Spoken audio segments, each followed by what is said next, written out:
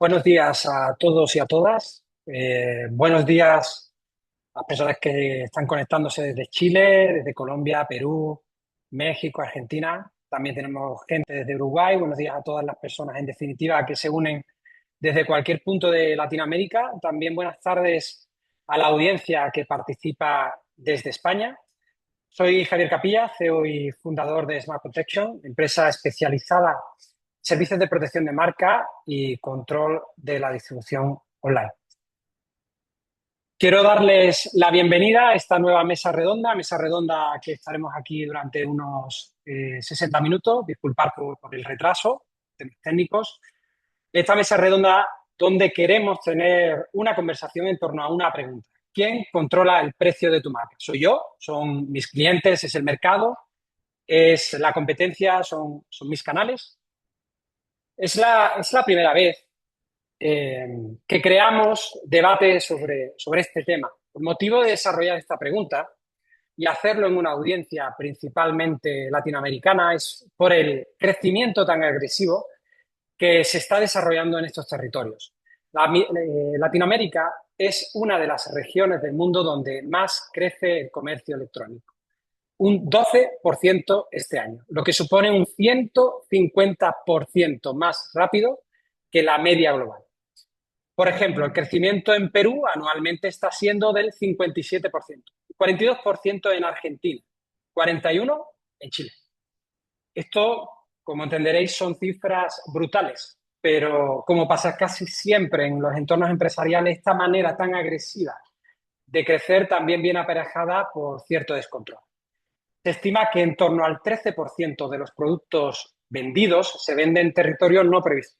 Y esa cifra todos los años va creciendo en torno al 10%. Si analizamos sectores, los sectores que son tan importantes, ¿no? Analizar, por ejemplo, lo que es el sector de la nutrición y suplementos alimenticios, y revisamos algunos territorios, como por ejemplo el de Perú, hemos pasado en cuestión de 5 años de tener 6 microimportadores a tener entre 70 y 80 importadores introduciendo marcas de todos los países. En México, la venta paralela de bebidas, sobre todo en el ámbito espirituoso, ha crecido casi un 900% en 8 años. Más del 50% del tráfico ilegal de medicamentos en países como Perú proviene del canal autorizado. Repito, del canal autorizado. ¿Qué está provocando todo esto? Pues bueno, principalmente pérdidas económicas, pero aquí en todos los niveles.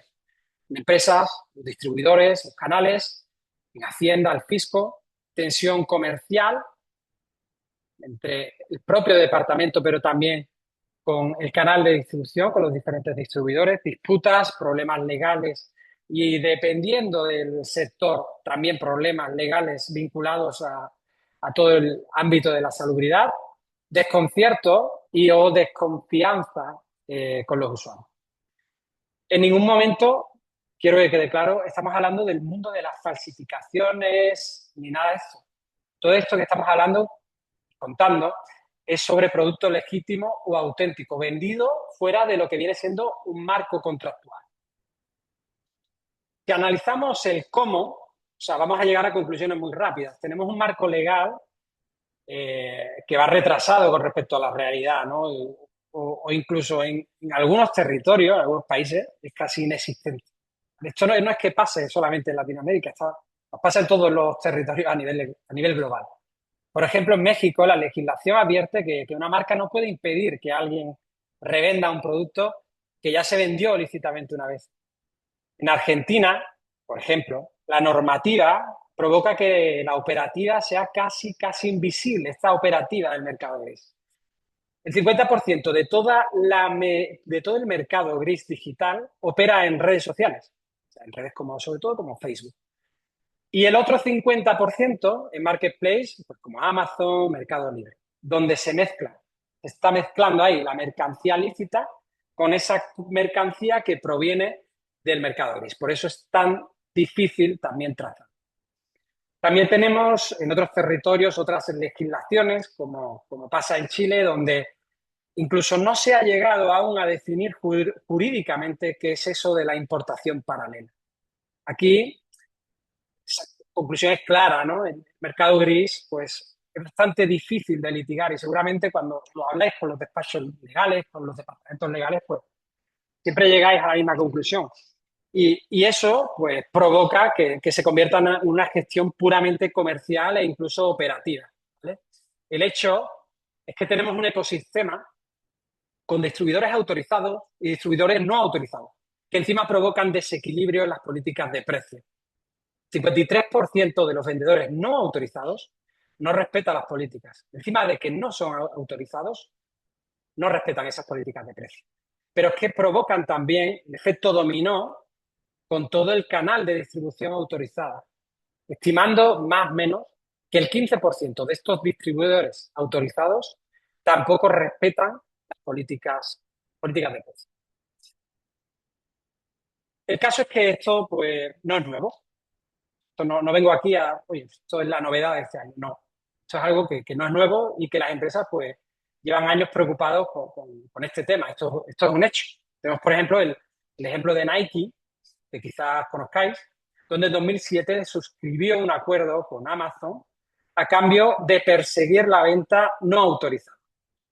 Pues en 2009, hartos de la dimensión del mercado gris, se largaron como distribuidor, dejando a más de 4.000 distribuidores no autorizados vendiendo sus productos en la plataforma. Se estima, más o menos, que desde que dejaron Amazon, allí en 2019, la facturación anual relacionada con productos de Nike ha estado entre los 700 y los 1.000 millones de dólares año tras año, todo vinculado a la distribución no autorizada. El año pasado, 2025, Nike ha vuelto ya a Amazon con el objetivo un poco de, oye, vamos a recuperar el control, vamos a poner orden de todo lo que viene siendo la distribución del canal, ¿vale?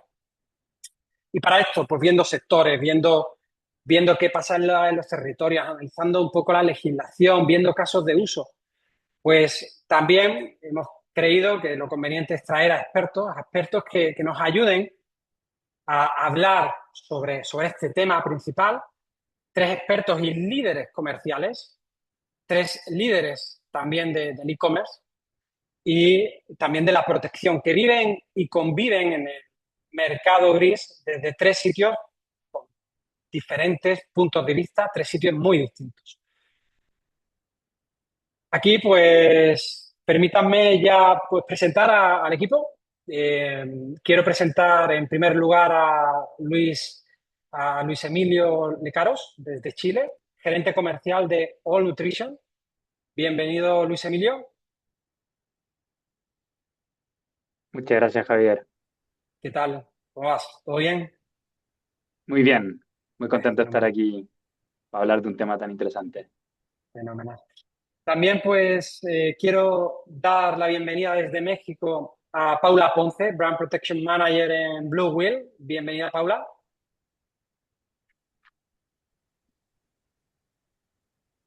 Hola Javier, un gusto compartir este espacio con ustedes y el resto de los panelistas y hablar de este tema que en mi experiencia cada vez tiene un mayor impacto en la estrategia comercial de las marcas. Gracias por la invitación. Fenomenal. Muchas gracias a ti, Paula. Y por último, ya desde Argentina, no sé si tenemos ya a Tomás Blusón, desde Argentina, jefe de canales digitales de Hudson Kitchenware. No sé si está. Hola, Tomás. Bienvenido. Muchísimas gracias, Javier, Bienvenido, Tomás. por la invitación, sobre todo. A vosotros 3. Pues ya veis el equipo que tenemos. Antes de empezar, quiero solamente recordar muy brevemente que es una mesa redonda. Esto no es un webinar, ¿vale? Cualquier opinión es buena. Podemos preguntar, discrepar o incluso traer nuevos puntos de debate. Aquí no hay problema. Tenemos, eso ya os he dicho, pues la parte esta de debate durará unos 35 minutos, ¿vale? La audiencia puede participar a través del chat e intentaremos traer preguntas en vivo, sobre todo al final, ¿vale? Y ya pues aquí pues me gustaría comenzar, si puede ser contigo, Tomás. Eres Sí, cómo no. experto en e-commerce, estrategia comercial y tienes una amplia experiencia también en lo que es la experiencia de cliente, experiencia en cómo los clientes pues, pues tienen esa experiencia con el producto, con la empresa y demás. Gestionas varios países y has tenido la oportunidad de liderar equipos de trabajo en Mercado Libre. Como experto, ¿quién controla realmente el precio? Bueno, creo que es una pregunta, ¿no? Que todas las marcas hoy nos estamos haciendo, o lo que estamos del lado de la marca, porque la realidad es que hoy creo que ni el fabricante ni el consumidor mismo son los que controlan un poco lo que está pasando con la marca por un tema de con esta volatilidad, ¿no? de la era digital, la cantidad de canales comerciales que hay, en donde no solamente puede estar el fabricante, sino puede estar todo el canal, digamos, comercial que tiene una marca, desde el distribuidor hasta el mayorista, el minorista. Entonces creo que hoy el retail más que nada es el que controla un poco el precio de las marcas, ¿no? Que son los que tienen participación en los canales comerciales. Y sobre todo en un ecosistema digital tan amplio como decías vos, ¿no? Mercado Libre, Amazon, hay tantos marketplaces en cada uno de los países, sin importar la madurez que haya digamos, que tenga el e-commerce en cada uno de los países. Eh, Hoy la realidad es que no, es complejo poder controlar un poco lo que pasa con una marca y creo que ese es el gran desafío, ¿no? Y es un poco lo que decía Paula y lo que decía Luis Emilio sobre este tema en particular, que es, digamos, el que ustedes nos están invitando para debatir un poco de cómo poder monitorear qué es lo que pasa con nuestra marca en cada uno de los marketplaces, pues en definitiva es el algoritmo del marketplace el que hace, digamos, que o establece cuál es el precio que tienen nuestros productos, porque en definitiva son los retails digitales los que constantemente se están peleando, bajando el precio, y nuestra marca termina perdiendo el valor en sí que es lo que tiene, ¿no? Y creo que ahí está el gran desafío que tenemos nosotros las marcas, o el que estamos del lado de las marcas, como para ver cómo poder lidiar con eso.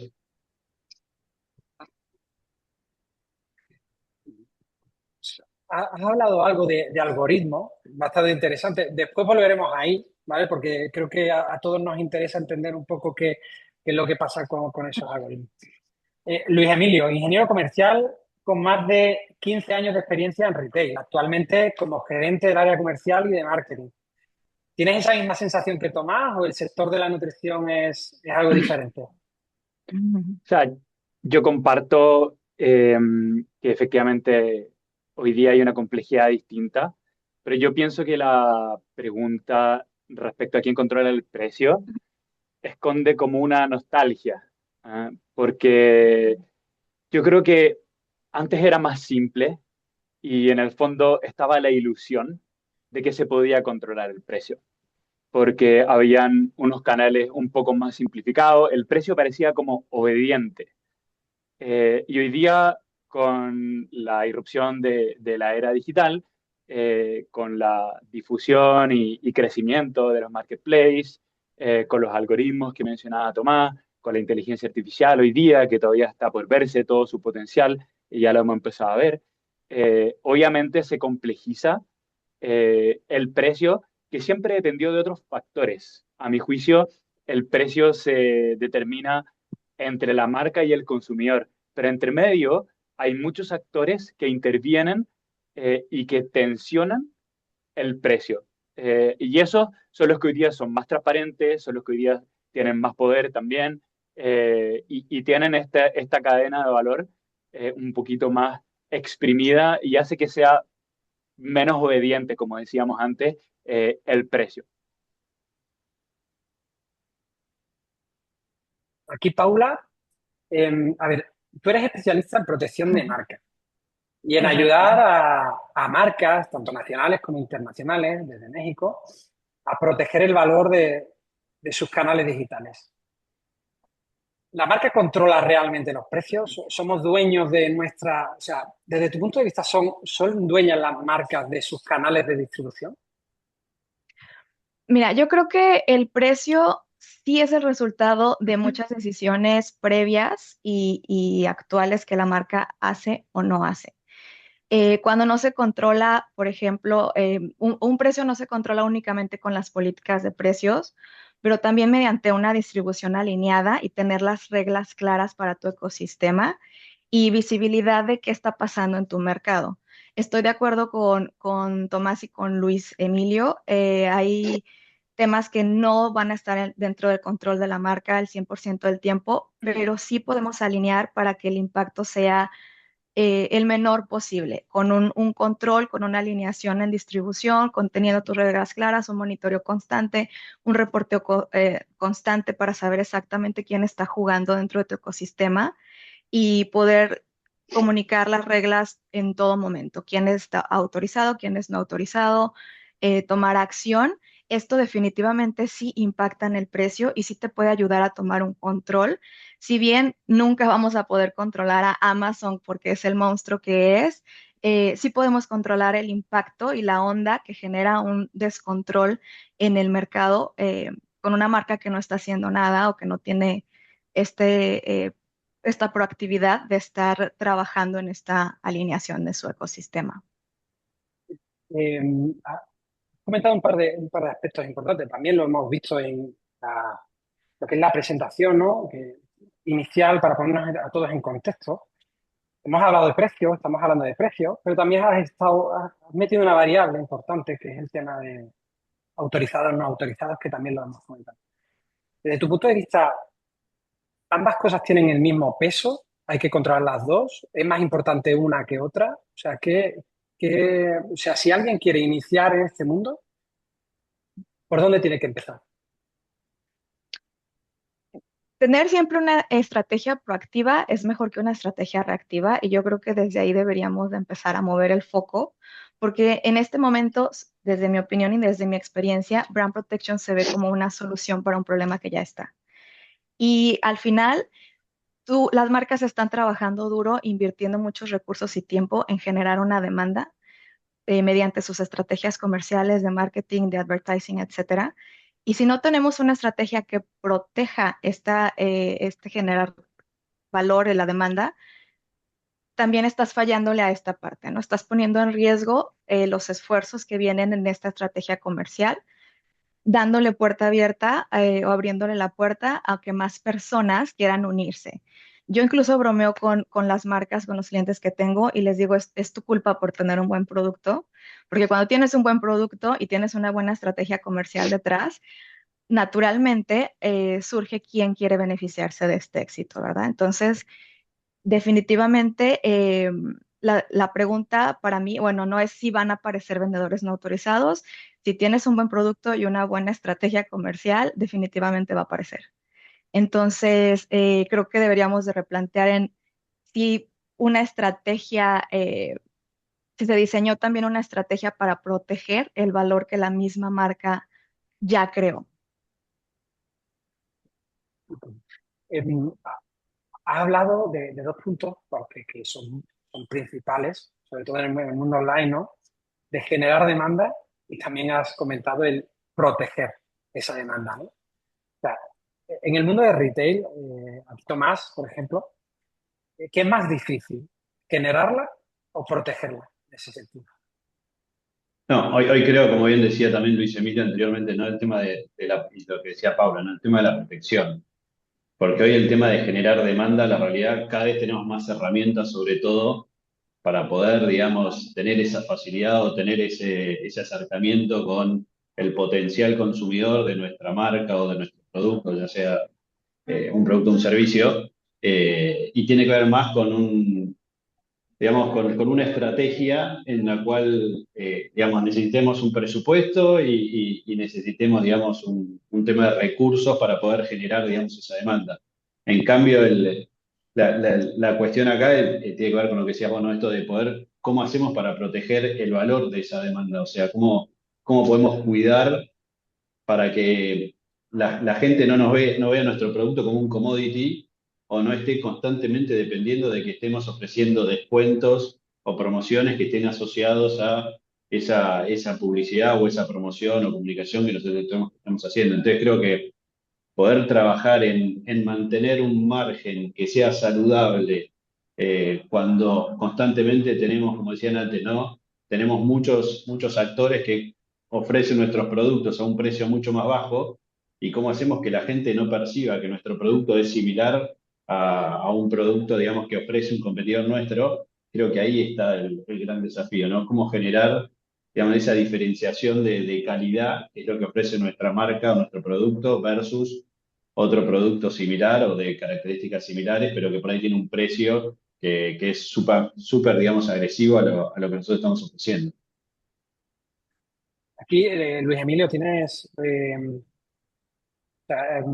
sentido o de alguna manera vosotros también estáis muy enfocados en oye, ese valor, ¿no? Y ese proteger esa demanda o dentro del sector de la nutrición y demás o sea, se le da más valor a esa parte de generación? O sea, yo creo que aquí el punto de generar demanda, protegerla, es muy transversal. Yo no vería ninguna diferencia en el mundo de la nutrición. Generar demanda cuesta años, mucho esfuerzo y destruir su valor puede tomar un clic. Y si quieres sumarte a algo de la industria de la nutrición, un post, una funa, te puede desplomar. Esto también vale para todos los e-commerce, pero en nutrición tiene un matiz especial, que claro, estamos hablando de nutrición, de algo que uno consume. Eh, entonces, efectivamente se puede en un clic, en un post, en cuestión de segundos, destruir el trabajo de años.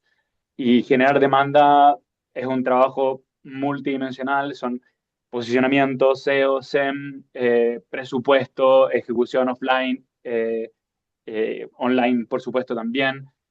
Y ahí es donde tiene que ser toda la estrategia coherente para ir avanzando en generarla y en protegerla al mismo tiempo, porque si no, eh, también el consumidor va tomando nota de las incoherencias y en un clic te puede destruir el trabajo de años.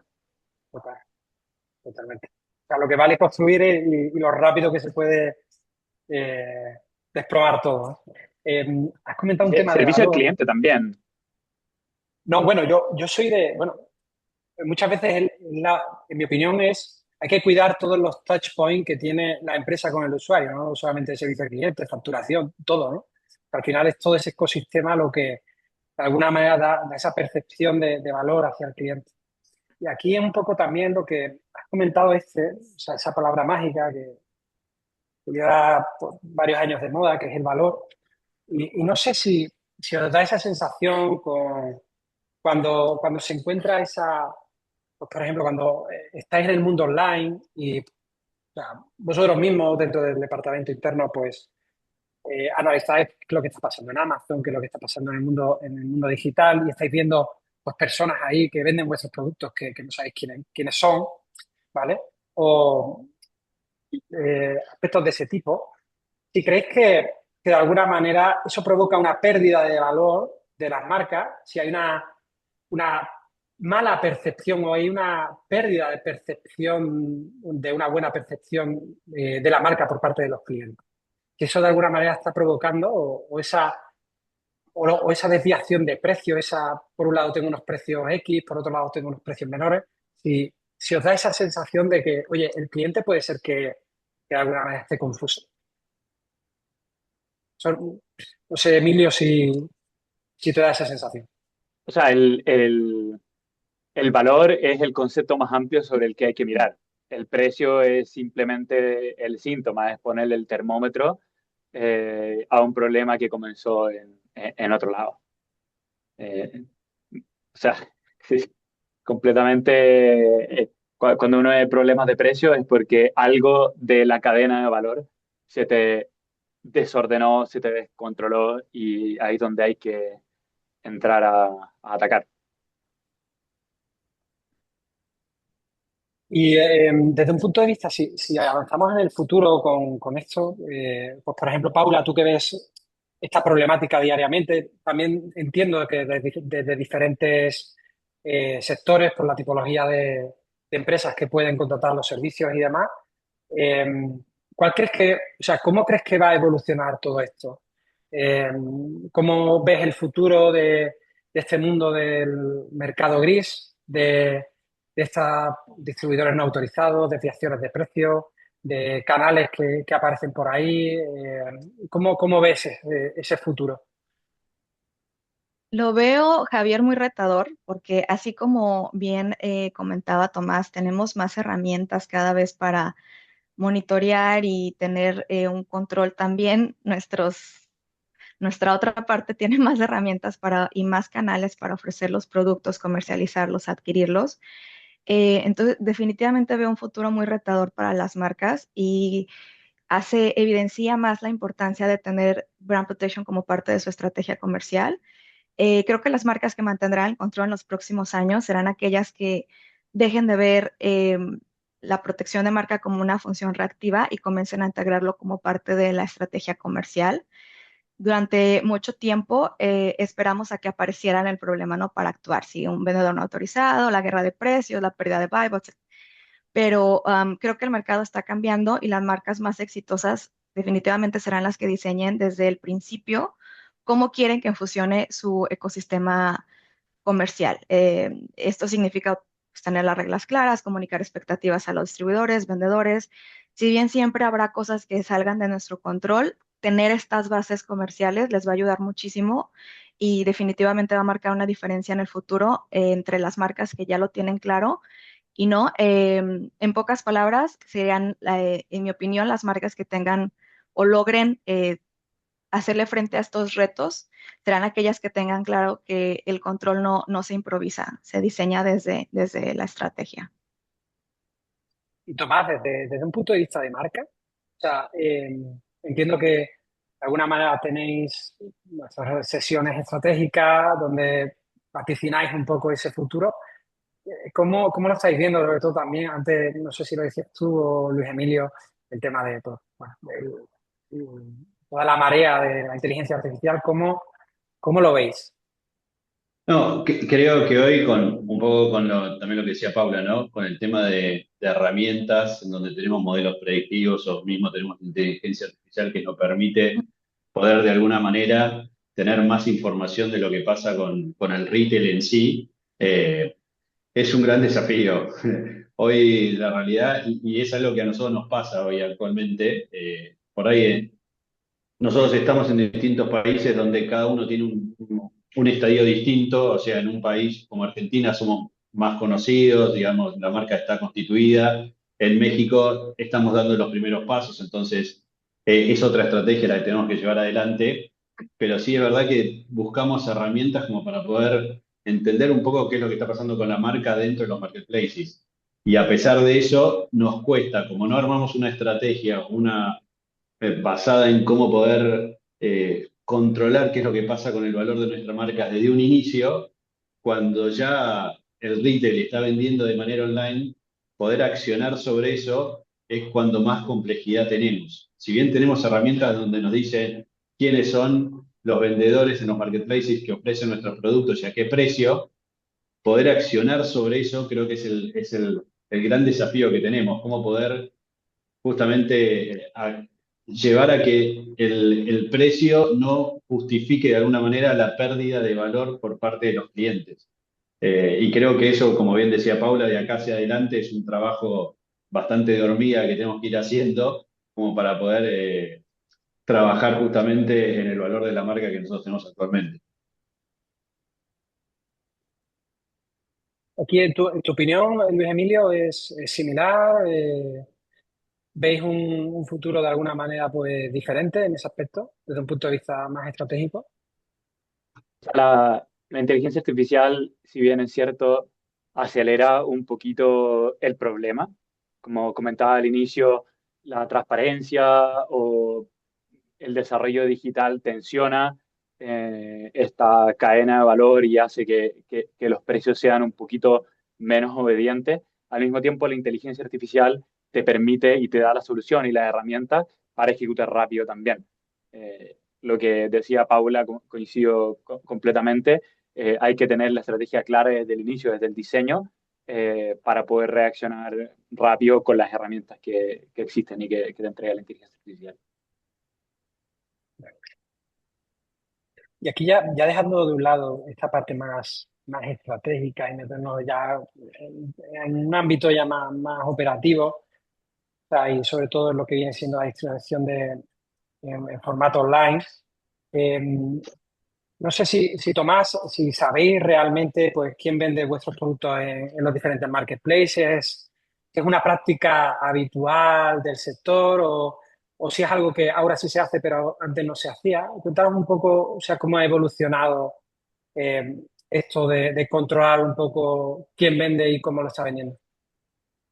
Sí, creo que vos en un momento no dijiste del mercado gris, ¿no? Digital, lo nombraste, y que en definitiva las marcas en sí en general, me pasó a mí estando del lado del Mercado Libre, o sea, del lado del marketplace y también del lado ahora de la marca, o sea, del lado opuesto, en donde, como decía vos, generalmente las marcas lo que hacen se enfocan en no ven el long tail, sino ven cuáles son los jugadores que por ahí representan el mayor porcentaje de ventas dentro de los marketplaces y de su marca, pero no miran, digamos, esos pequeños vendedores que por ahí no tienen un nombre comercial, entonces son totalmente anónimos.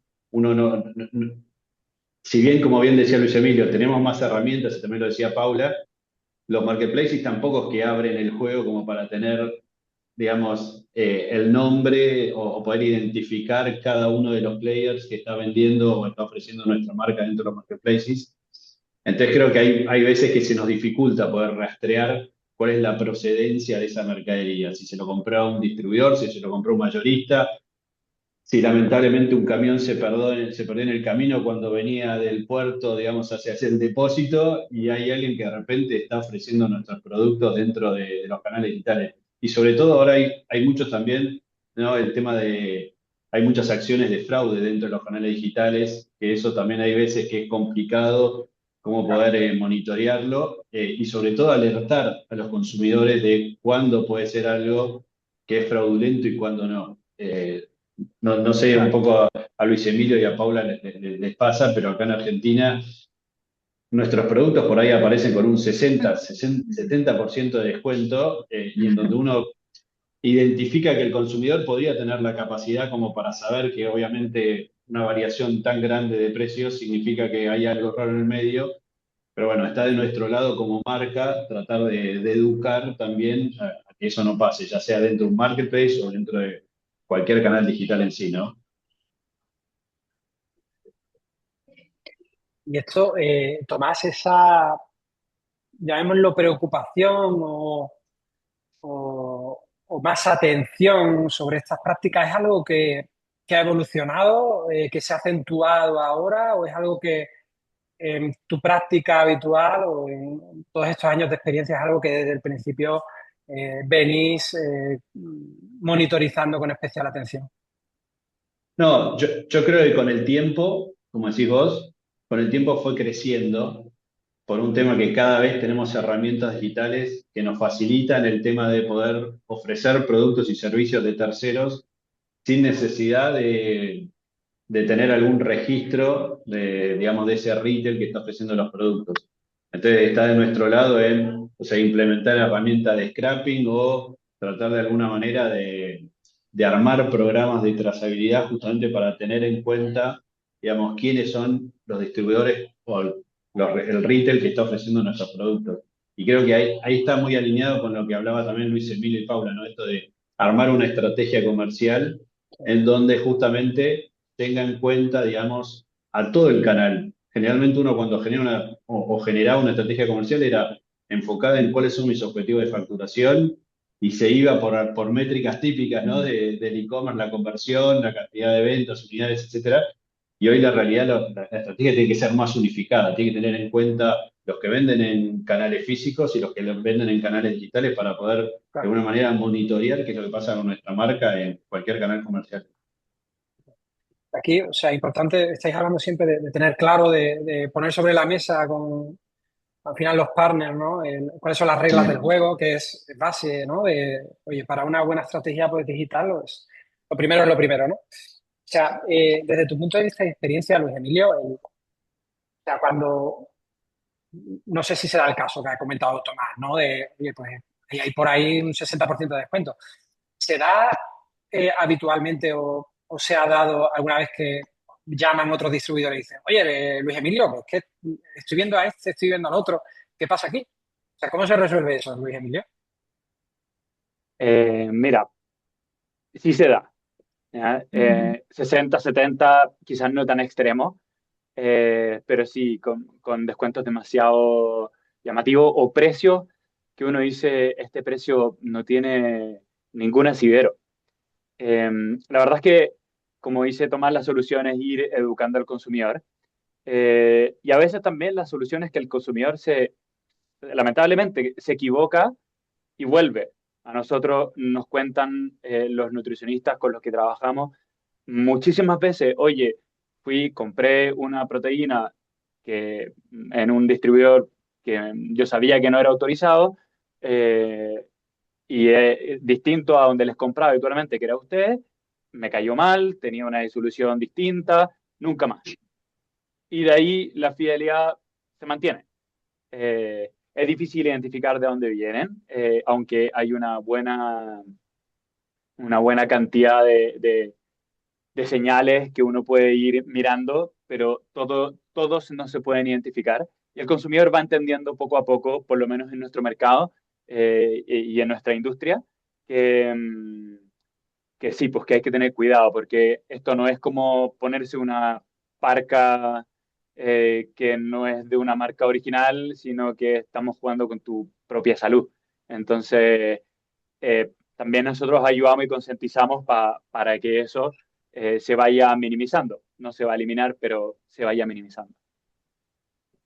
Siempre digo que al final llegar a ese 100% es complicado y seguramente Paula pues tendrá ahí mucho que decir, ¿no? Pero que hay que llegar a esa percepción de decir, tengo esto controlado, ¿no? Y yo creo que ese es el punto. Y Paula, una pregunta, cuando esto ocurre, ¿no? O sea, encontramos este vendedor y tal, ¿aquí qué podemos hacer? O sea, que normalmente pues podemos hacer ciertas cosas, podemos llegar incluso a que ese vendedor no venda, porque oye, pues que este vendedor nos está haciendo demasiado ruido aquí en nuestro canal en este país. Sí, bueno, en mi experiencia trabajando con marcas en distintas industrias, sí depende, si es un case by case, dependiendo del producto del que estamos hablando, el vendedor del que estamos hablando, en el canal que estamos hablando, pero en muchos casos sí se puede hacer algo. Em, Tendríamos que analizar el producto. Bueno, en mi caso me gusta analizar el producto y el caso en específico para ver por dónde nos podemos acercar o cuál es el caso que tenemos en la mano. Puede ser intellectual property y irnos por ahí si están utilizando tu marca, tu trademark, si están afectando la experiencia del consumidor, como es el caso que el ejemplo de los productos de Luis Emilio. Yo definitivamente para temas de nutrición y productos de consumo alegaría más bien un tema de la seguridad del consumidor, ¿no? No sabemos cómo Claro. están manejando los productos, cómo los están almacenando, cómo los están enviando, y al final esto puede tener un impacto en la salud del consumidor y además dañar el valor de tu marca, porque digo, el ejemplo que puso Luis Emilio de este vendedor que regresó, perdón, de este cliente que regresó y aceptó que compró el producto, creo que sería un escenario ideal, pero ¿cuántos casos yo he visto que compran a vendedores no autorizados, les llega el producto en mal estado y no tienen el análisis o la conciencia de que fue culpa de este vendedor no autorizado? Ellos Claro. inmediatamente tienen van a calificar a la marca y dejan un mal comentario para la marca, no para el distribuidor, no con esa conciencia de yo tomé la decisión de comprarlo en un canal no autorizado. Entonces, esto impacta y más allá de lo que queda en el marketplace, todo lo que hay afuera, ¿no? El boca a boca y malos comentarios en redes sociales, etcétera, que impactan el valor de la marca. Pero bueno, en conclusión, sí se puede hacer algo. Yo siempre recomiendo que se acerquen a proveedores o expertos en el tema, como es tu caso, Javier, el caso de mi caso, para que las marcas tengan guías Sí, en qué se despachos puede. legales. Claro, Exactamente. claro, porque, o sea, eso yo creo que es algo que nos pasa a muchas marcas, ¿no? De que alguien compra y lo primero que hace va a la marca y se queja, ¿no? En el área de soporte y demás, ¿no? Pero claro, la marca dice, oye, es que has comprado esto por una zona que quizás no, ¿no?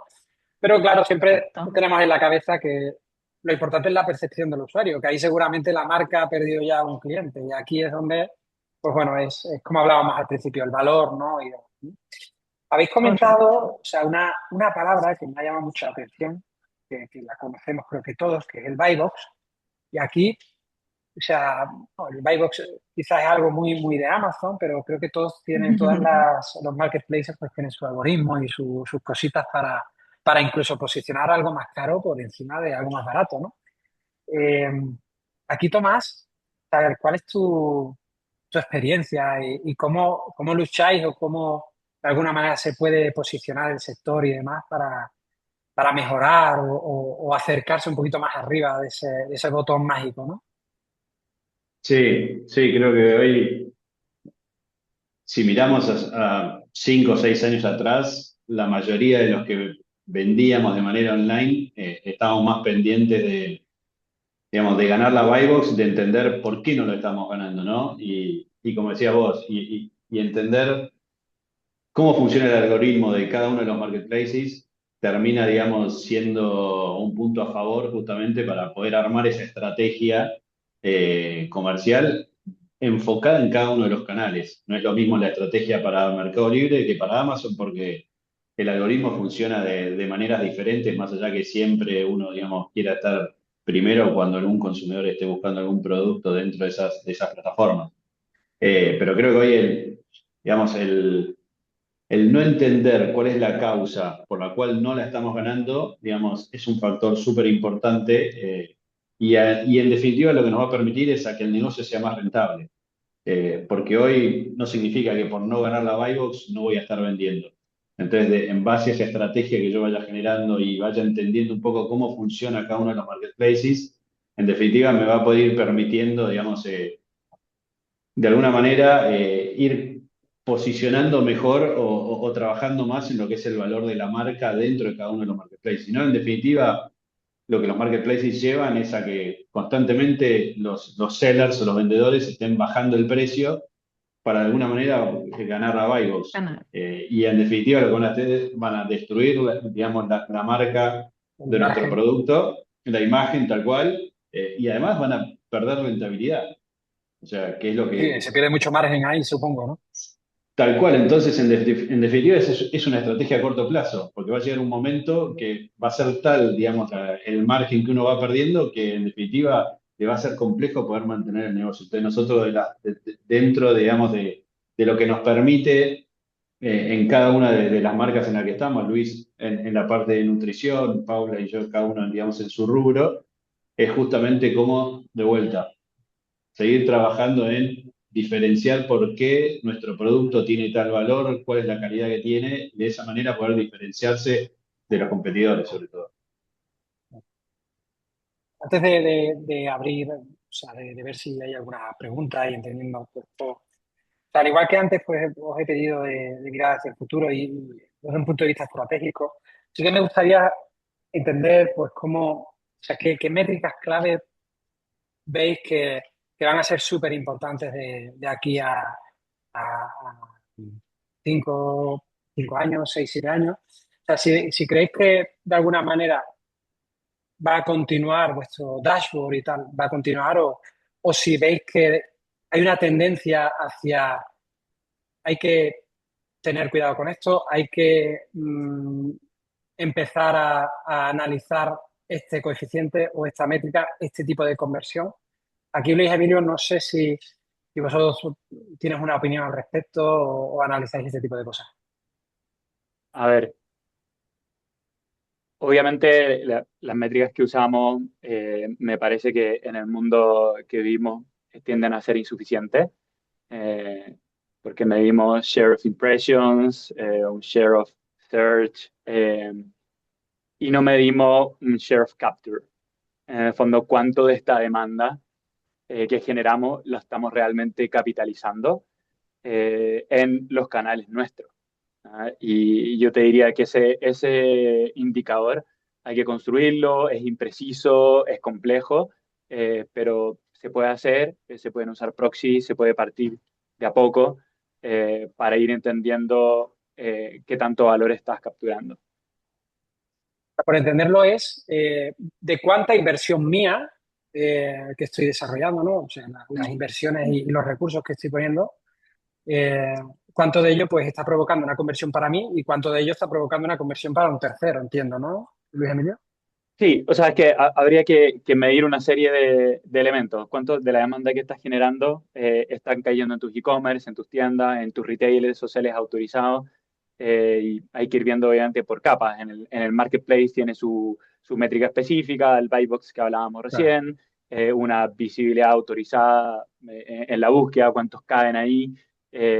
Y también hay que sumarle la importación paralela en todo esto que uno está midiendo para ir teniendo una métrica más completa, social selling también, y no sé, pues en Google o en los canales online en general, uno va mirando cuánto es el share de búsqueda, el buscador propio del marketplace que hablamos antes, el sell in versus el sell out, de las marcas que son distribuidoras, ¿ah? Entender si es que se pierde algo del sell in que no está siendo vendido directamente por sellout. ¿Dónde está eso?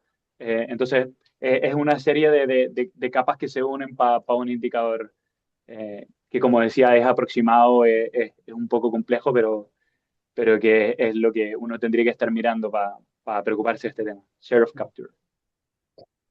Y desde un punto de vista de brand protection, Paula, ¿cuáles son los retos que veis que pueden que vengan en el futuro dentro de este problema de la distribución? O retos en la distribución. Mm,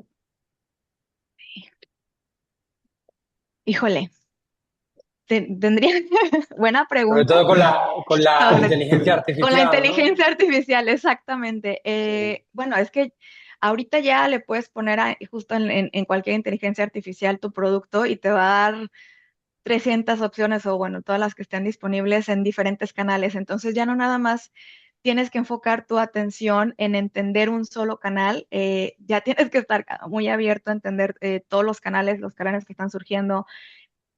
Es un reto fuerte, definitivamente el tema de la distribución. Eh, por eso yo aconsejo mucho a las marcas que trabajan conmigo sé que puede ser muy abrumador dar un paso hacia atrás y primero, ¿qué estás haciendo dentro? ¿Estás listo para aceptarlo desde adentro, para afrontarlo desde adentro? Me refiero a qué tan preparados estamos para anticiparnos en lugar de reaccionar. Tenemos las políticas que necesitamos, claras las reglas del juego, muy claros nuestros authorized stakeholders. Y de ahí, bueno, vámonos a la guerra, ¿no? Ya damos el siguiente paso hacia afuera. Em, Viene fuerte, todos ya lo estamos viviendo. Yo tengo más de 6 años ya en el tema de brand protection y definitivamente lo que estoy viviendo hoy es muy diferente a lo que vivía en mi primer año dentro de la industria y vendrán cosas peores, ¿verdad? O sea, vendrán retos más grandes, no sabemos con lo que nos vamos a enfrentar y lo que podemos hacer es seguir aprendiendo, educando a nuestro ecosistema, comunicar, comunicar, comunicar, siempre estar en contacto con nuestros vendedores autorizados. Si tú abres un canal de comunicación con tu gente, ellos te ayudan a que regrese la comunicación. Tus vendedores, distribuidores autorizados también te van a dejar saber cuando haya algún vendedor no autorizado o alguna distribución fuera de tu canal autorizado. Y esto ayuda muchísimo. Sale todavía de las capacidades muchas veces de la inteligencia artificial y es algo que construye una empresa o un equipo de brand protection desde adentro. Entonces, definitivamente la educación, tener un canal de comunicación abierto y siempre estar a la vanguardia, vamos, o al pendiente con una herramienta también de inteligencia artificial que te ayude a tener muy claro el panorama de lo que está pasando con tu ecosistema, quién está jugando dentro de tu tablero de juego, qué productos tiene, qué precios tiene, en qué momento bajan los precios, por qué es algo que sí o sí tiene que suceder de aquí en adelante. Y bueno, creo que ya estoy siendo un poquito repetitiva porque ya había comentado un poco al respecto, pero definitivamente considero que las marcas que tengan esto muy claro serán las que puedan estar listas para lo que se viene. Pues muchas gracias, Paula. Gracias también, Tomás, y Emilio. Creo que tenemos unos minutos, la teníamos hasta las 6, creo que tenemos unos minutos para cualquier pregunta que pueda surgir por participantes. No sé si tenemos... A ver,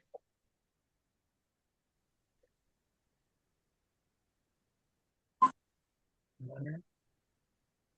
Ya tenemos una persona. Eh, Hola, buenas tardes, ¿se escucha? Hola, buenas. Sí, se escucha perfectamente. Y nos cuéntanos. Sí, ¿qué tal? Me llamo Sebastián. Bueno, quería hacer una pregunta respecto a productos digitales, por ejemplo, tipo suscripciones, porque, bueno, no tengo claro que se llame mercado gris, ¿no? Lo que ocurre, pero sí, por ejemplo, ocurre, como en el caso típico de Netflix, cuando la gente comparte cuentas y cómo se puede calcular este impacto y también qué enfoques se pueden tomar para gestionarlo, ¿verdad? Sabemos que Netflix ha ido cambiando este enfoque y muchas otras plataformas también en cuanto a cómo permite que se compartan sus cuentas y demás, ¿no? No sé si aquí pues tenéis, no sé si Paula o tenéis algún tipo de conocimiento. La verdad, Javier, esto sale de mi área de expertise. No tengo experiencia protegiendo servicios o productos digitales en este caso. Pero bueno, lo que sí he tenido experiencia es que ya Netflix ha tomando el ejemplo que puso Sebastián, tiene ya medidas, ¿no? Por ejemplo, si se unen usuarios que no están en el mismo domicilio, ya no te permite hacerlo. Y esto está siendo replicado en otras plataformas de streaming. Ya te piden una dirección y tener claro como las personas que viven o comparten este domicilio para que entonces ya no puedas hacerlo en otro, o hacer uso de de la misma cuenta de streaming en otras ubicaciones. Sí, aquí es un producto digital más que se está distribuyendo. O sea, seguramente pues habrá intentos de comercialización de tipo online. Seguramente pues este tipo de suscripciones pues se llevan por redes sociales, también en marketplaces. Y ahí, pues bueno, conociendo un poquito la industria, pues lo que Sebastián, lo que se hace son sistemas de monitorización, captura de información y después, al igual que como Paula ha explicado, hay procesos por copyright, por uso no autorizado de marca, donde puedes solicitar la retirada de estas plataformas, pues hay servicios pues, que te permiten también hacer este tipo de cosas. Pero es una manera de controlarla desde un punto de vista, como ha dicho Paula, reactivo, ¿vale? Y el preventivo, pues como ha dicho Paula, pues serían más pues, esos sistemas que están incorporando. Hay unas plataformas que son más laxas y otras un poquito más menos laxas. No sé si tenemos otra pregunta por ahí para Tomás o para Luis Emilio. Muchas gracias, Sebas. Alejandro. Hola, buenas, Hola, ¿se me Alejandro. escucha? Sí, sí, Alejandro, cuéntanos. Perfecto, hola a todos. Lo primero, agradeceros la conversación, me está pareciendo muy interesante. Y volviendo al punto que habéis comentado de educar a los clientes sobre precios coherentes, canales y vendedores autorizados, ¿qué medidas diríais que son las más efectivas para educar a los clientes en este sentido? Yo puedo hablar desde la experiencia de nuestro mercado. Eh, Cuando uno trabaja, nosotros somos un retail multimarca y trabajamos distintas marcas. Y en el fondo, la marca del retail también es una marca, aunque se alimente de distintas submarcas.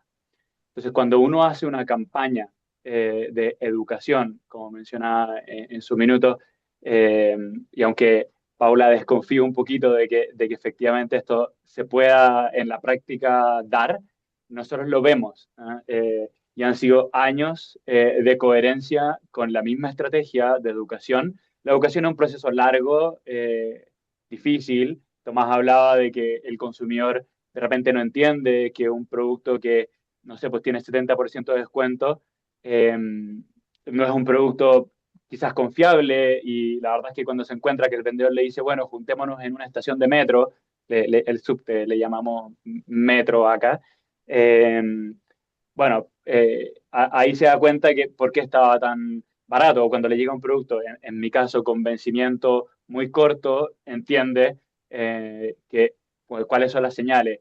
Eso es un poquito más reactivo desde el consumidor, estoy hablando desde mi experiencia y desde mi industria, y la educación refuerza un poquito tomando esos ejemplos, en el largo plazo van dando sentido, y la marca paraguas, la marca que uno va construyendo, va protegiendo el resto de las marcas que uno trabaja.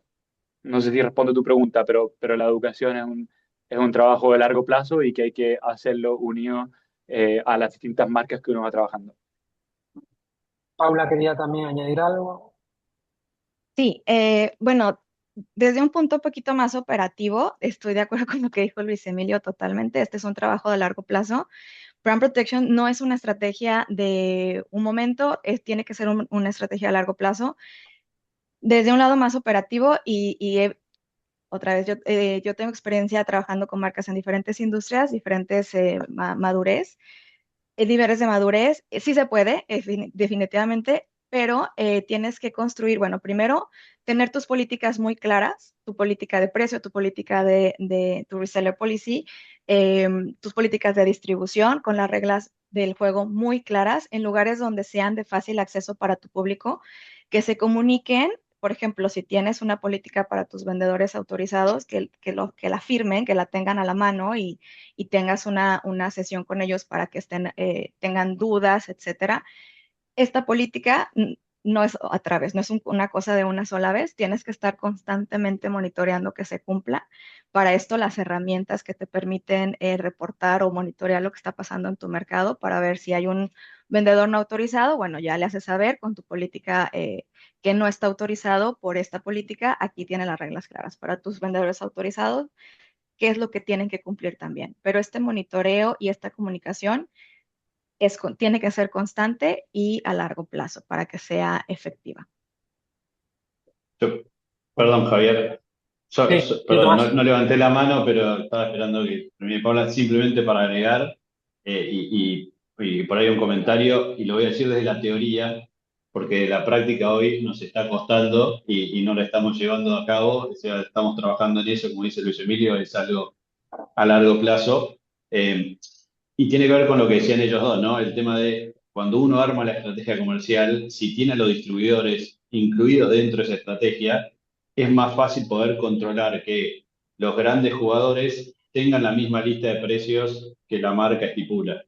Entonces, de esa manera, siempre van a haber pequeños players que van a aparecer en marketplaces donde van a vender mucho más bajo, digamos, que el precio de lista que nosotros establecemos. Pero la realidad es que a la larga, esos players van a ir desapareciendo porque, como decíamos antes, la rentabilidad va a ser tan chica que no le va a ser negocio para ellos.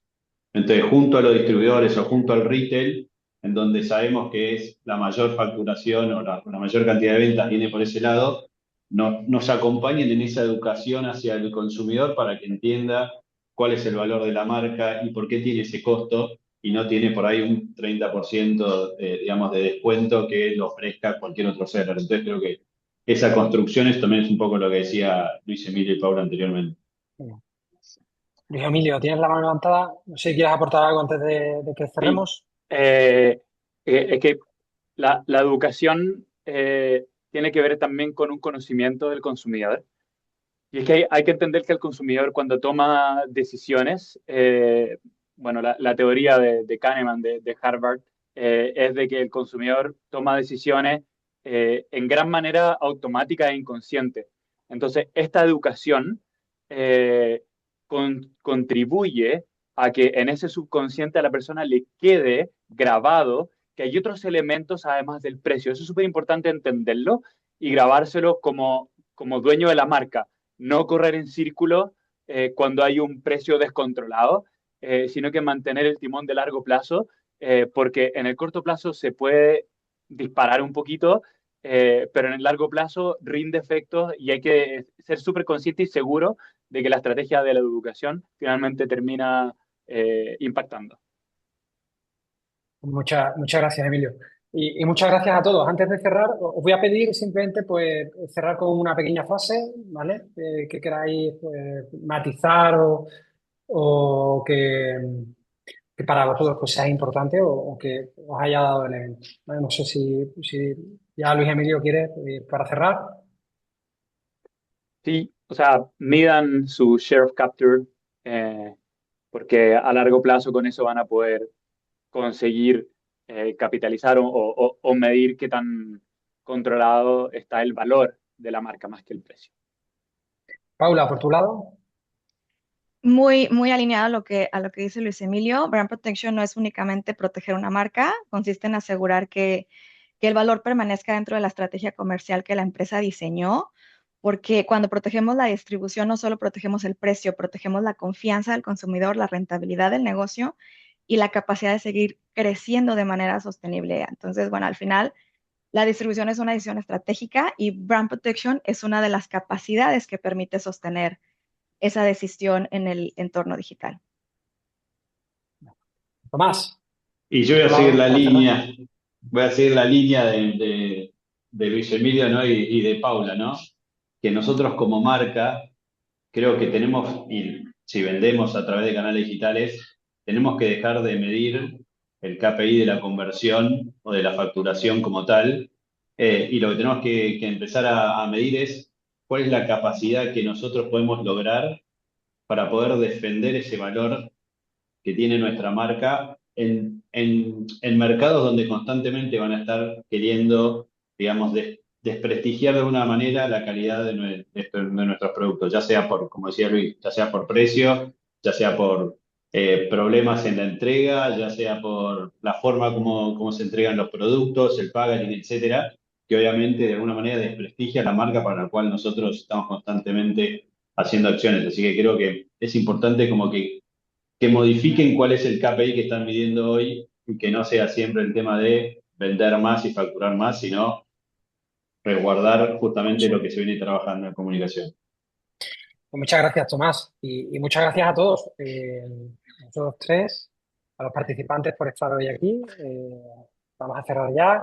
Agradeceros el tiempo, la disponibilidad y en cualquier caso, pues tenéis los nombres de los participantes y tenéis también la manera de contactar con Smart Protection en el caso de que necesitéis cualquier cosa de Luis Emilio, de Paula, de Tomás o de mí, ¿vale? Así que en cualquier caso, os podéis poner en contacto con nosotros y gustosamente os ponemos en contacto con cualquiera del equipo. Así que nada, buenos días y buenas tardes a todos y muchas gracias por atender y por vuestro tiempo. Muchas gracias. Buen día para todos. Gracias a ustedes, Javier. Muchas gracias. Gracias. Gracias. Hasta luego.